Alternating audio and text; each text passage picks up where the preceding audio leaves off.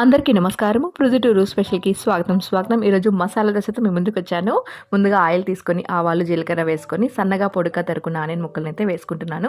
నేను 4 తీసుకున్నానండి. ఆ తర్వాత ఇందులోకి పచ్చిమిర్చి, అల్లము తురుమైతే వేసుకొని లైట్‌గా ఫ్రై చేసుకోవాలి. వీటినంతా మనము మీడియం ఫ్లేమ్‌లో చేసుకున్నట్లయితే టేస్ట్ చాలా బాగుంటుంది. తర్వాత పసుపు, ఉప్పును యాడ్ చేసుకొని కొద్దిగా వేయించుకోవాలి. ఆ తర్వాత కరివేపాకును కూడా యాడ్ చేసుకోవచ్చు. ఇందులో నేను ఉడకబెట్టుకున్న ఆలుని ఒక 4 తీసుకొని వేస్తున్నానండి. బఠానీలు కానీ లేక క్యారెట్ కానీ ఇవైనా వేసుకోవచ్చు. నేను ఓన్లీ ఆలు మాత్రమే వేశాను. అంతా కలుపుకుంటూ కొంచెం మెత్తగా అయ్యేలాగా చేసుకోవాలి. మొత్తం అంతా మిక్స్ అయిన తర్వాత మనకు కర్రీ అయితే రెడీ అయిపోయింది. ఆ తర్వాత దోశ వేసుకొని, మనకు రాయలసీమ ఫేమస్ కదండి ఎర్రకారము.